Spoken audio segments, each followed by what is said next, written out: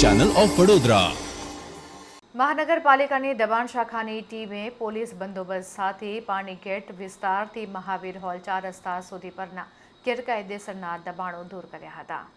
વડોદરા મહાનગરપાલિકાની દબાણ શાખાની ટીમ દ્વારા શહેરના વિવિધ વિસ્તારોમાં ગેરકાયદે કરવામાં આવેલા દબાણોનો સફાયો કરવામાં આવી રહ્યો છે। જે કામગીરીના ભાગરૂપે પાણીગેટ વિસ્તારમાં દબાણ શાખાની ટીમ ત્રાટકી હતી અને પાણીગેટથી મહાવીર 4 રસ્તા સુધી આવેલા નાના મોટા દબાણોનો સફાયો બોલાવ્યો હતો, જેથી દબાણકારોમાં ભાગદોડ મચી ગઈ હતી અને 3 ટ્રક જેટલો સામાનને જપ્ત કરવામાં આવ્યો છે। મહાવીર હોલ 4 રસ્તા સુધીના લારી ગલ્લા તેમજ પથારાના રસ્તા કિનારાના બાંધકામના દબાણો દૂર કરવાની કામગીરી પણ હાથ ધરવામાં આવી હતી। છેલ્લા ઘણા દિવસોથી વડોદરા મહાનગરપાલિકા દ્વારા રસ્તા કિનારાની ખુલ્લી જગ્યાઓમાં ઊભા કરવામાં આવેલા ગેરકાયદેસરના દબાણો દૂર કરવાની કામગીરી શરૂ કરવામાં આવી છે, જેમાં વિવિધ વોર્ડ વિસ્તાર પ્રમાણે દબાણો દૂર કરવા માટેનું ઓપરેશન હાથ ધરવામાં આવ્યું છે। આ કામગીરીમાં પાણીગેટ પોલીસ મથકના સ્ટાફને બંદોબસ્ત માટે કામે લેવાયો હતો, જ્યારે ફાયર બ્રિગેડ, વીજ કંપનીનો સ્ટાફ તેમજ પાલિકાના સ્ટ્રીટ લાઇટ વિભાગના સ્ટાફને પણ સાથે રાખીને 3 ટ્રક ભરીને લારી ગલ્લા અને તંબુના દબાણો જપ્ત કરવામાં આવ્યા હતા।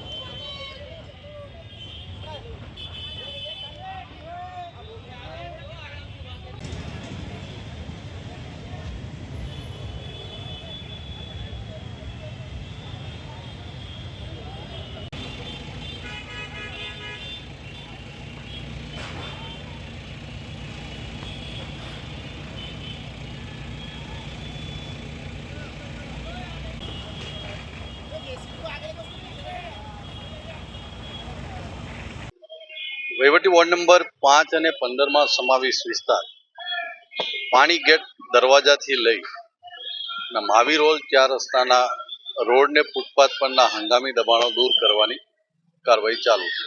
કેટલો સામાન અત્યાર સુધી જપ્ત કરવામાં?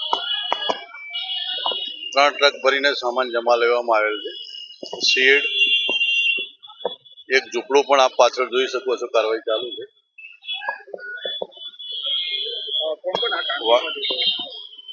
પાણીગેટ પોલીસ સ્ટેશનનો સ્ટાફ, દબાણ શાખાની ટીમ, વોર્ડ ઓફિસર શ્રી અને તેમનો સ્ટાફ, જમીન મિલકત કોમર્શિયલની team, fire department, medical, street light તેઓની ટીમ સાથે રાખી કાર્યવાહી ચાલુ છે। દબાણ ખાસ કરીને ફાયરની જે ટીમનો ઉપયોગ કરવામાં આવ્યો છે, જેમાં ફાયર ટીમ